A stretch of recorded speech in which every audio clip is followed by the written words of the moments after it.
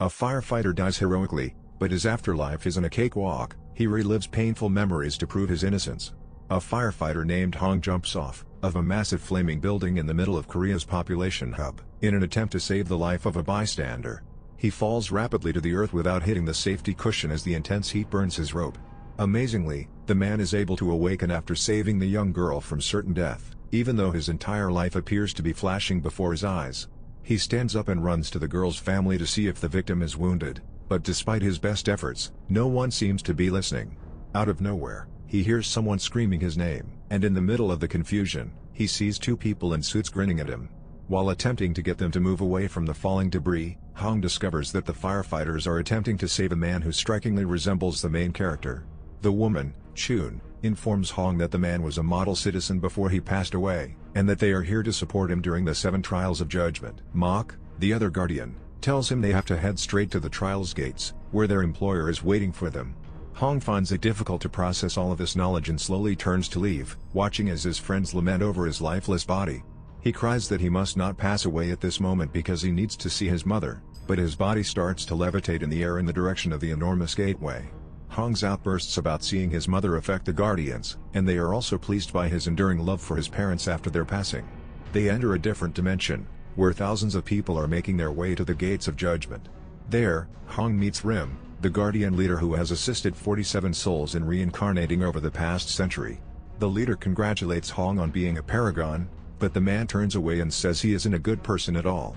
After passing through the gates of judgment, they are teleported to the Mountain of Murder, a terrifying place covered in lava. When Mok realizes where they are, he is outraged and asks Hong if he has ever killed someone.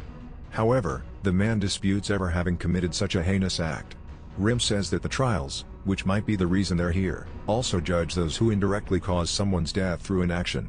After arriving at a stadium, Hong sees enormous underground doors open to show a massive lava hole.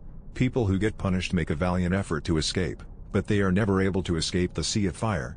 To start the trial, the prosecutors charged Hong with failing to save one of his co-workers when he had the opportunity, which ultimately resulted in the man's demise.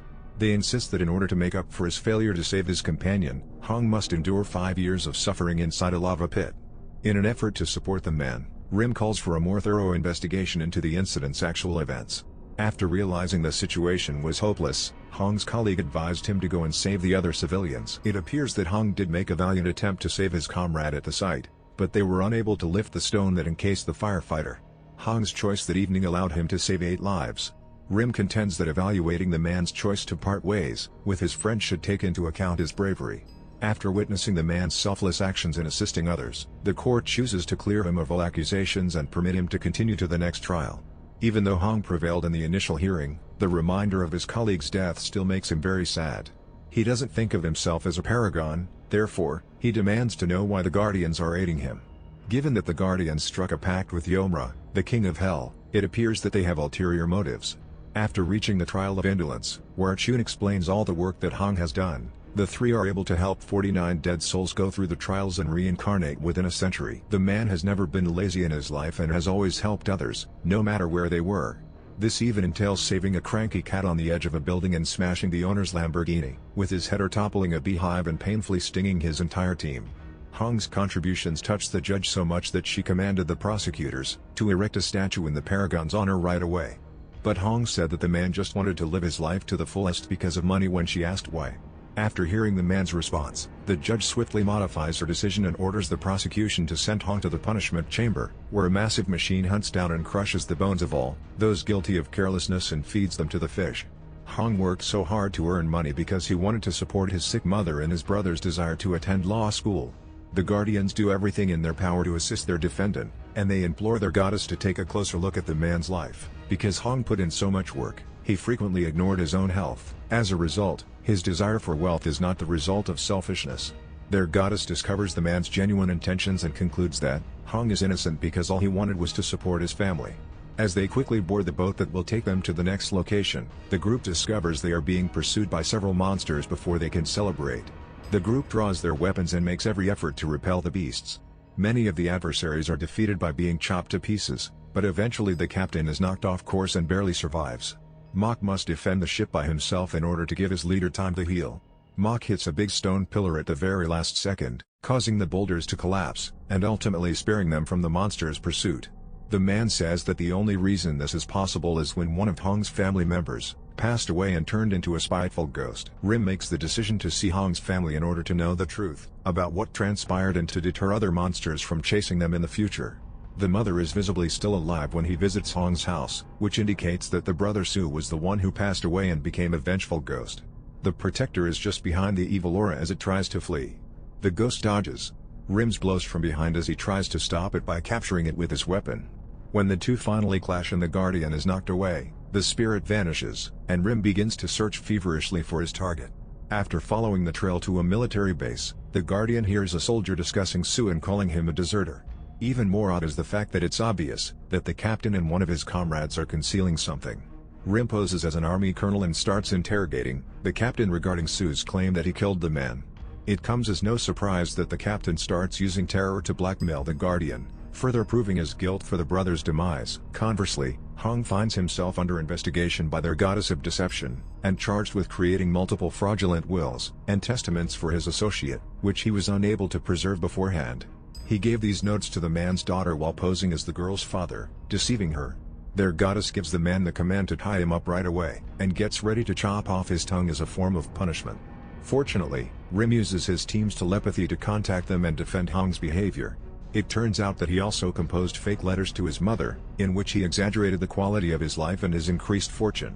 After realizing that Hong did all of this to give others a reason to live, the deity forgives the man's crimes because his intentions were never to harm. Rim contends that these are all attempts to comfort the people that he cares about, giving them hope that reality can't offer and allowing them to live. After the trial, Rim tells Hong that his family is doing well and lies to him about it. However, he soon reveals to the team the truth about Hong's brother. Rim travels back in time to discover the true events of the night of Su's death and discovers that his friend Dong accidentally shot the man after turning off the safety. Dong immediately contacted their captain, and rather than attempting to assist the dying man, the soldier chose to bury Su and conceal the evidence, in order to avoid having his career tarnished. When Rim sees Su's body, he is shocked to know that the man is still alive, which makes him recall his father's burial in the past. Simultaneously, Hong Kong has descended into a place of unjust injustice, where individuals are imprisoned for an extended period of time, as a punishment for their failure to assist others. Fortunately, Hong can go on to the next place without fear of judgment, because he works as a firefighter. It is discovered that, except for their commander, Rim, all the Guardian's memories have been obliterated during the cable car voyage. Mok unintentionally tells Hong that his brother is, in reality, a vengeful spirit while attempting to dissuade his buddy from disclosing any more information about their restrictions. When the man realizes the truth, his unstable mental state causes the entire realm to tremble and the cable car to shatter, almost lowering his guardians below. At the 11th hour, though, Hong manages to gather himself and volunteers to support his teammates.